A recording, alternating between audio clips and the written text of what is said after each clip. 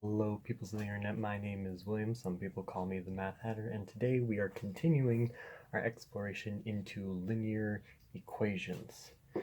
So, typically, when you have a linear equation, you don't just have the one, although it graphs a very nice line, as we've seen. Typically, you want to find definite solutions to that equation. But when you just have a line, you can't really find any solutions.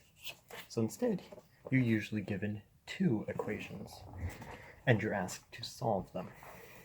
Now, this can be a bit intimidating at first, but let's just try to figure out what these mean. So, for y, it is x, so a pile, plus 1.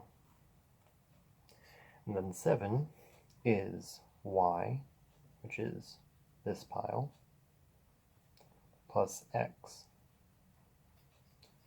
is 1, 2, 3, 4, 5, 6, 7.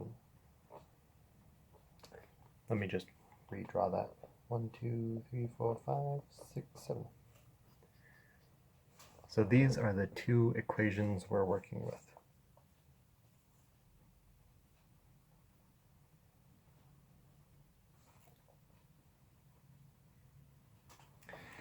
So, how do we solve this?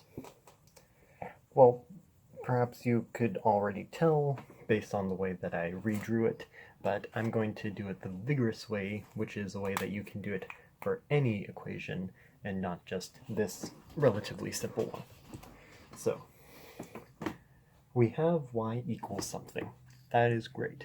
That is a wonderful first step, and in fact, we are going to use that immediately.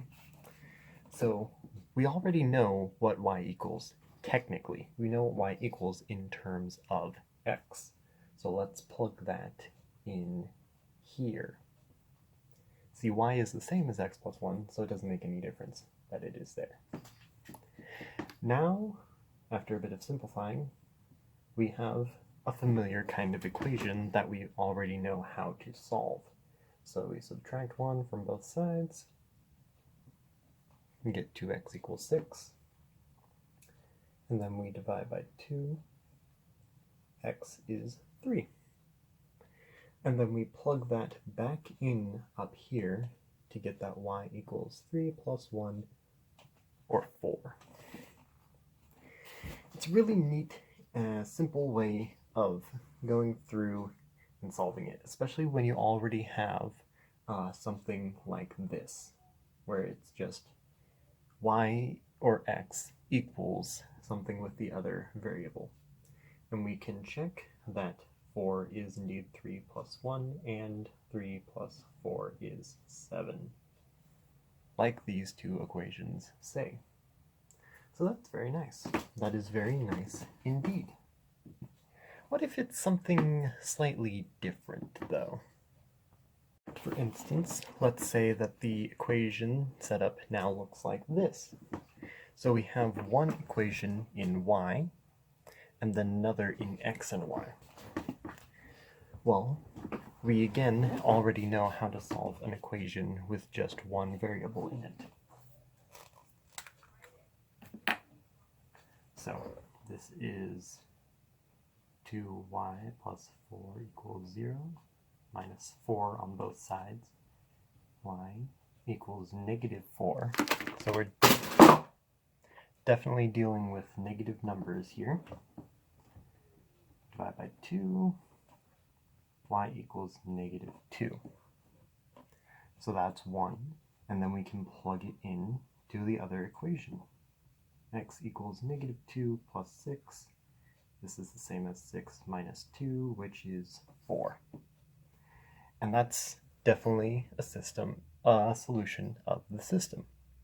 We have one number here and the other number there. We can plug them back in, and everything works out smooth and fine and delicious.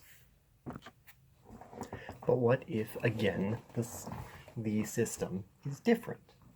Well, this seems simple enough. We already have a y equals something else, which we love to see. So let's go ahead and see what happens when we substitute that back in here. So we have 2 times 2x plus 5 minus 4x equals 10.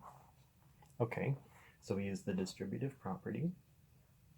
We distribute the 2 times over these two, so we get 4x plus 10 minus 4x equals 10. Then we consolidate the x's. We get 4 minus 4x plus 10 equals 10. This is 0, so we get 10 equals 10.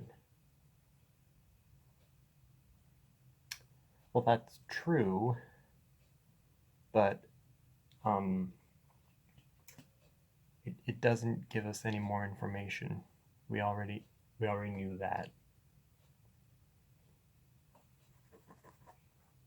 Okay, so we must have done something wrong. Maybe the system is wrong, you know? Maybe the setup is something, you know, weird and bizarre. So let's just say, I don't know.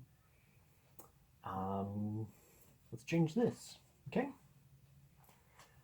So we have 2 times 2x plus 5 minus 4x equals 12. Distribute. We have 4x plus 10 minus 4x equals 12.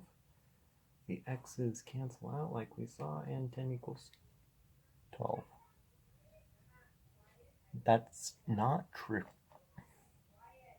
That is false. That makes even less sense than the last time. So there's something about these two systems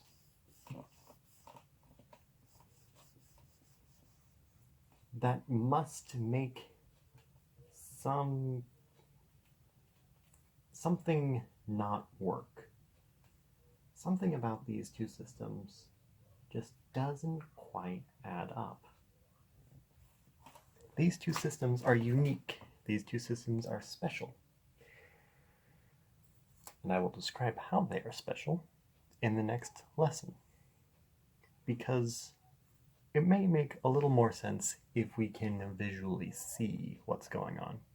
So let's try the graphing trick that we tried last time and see what happens.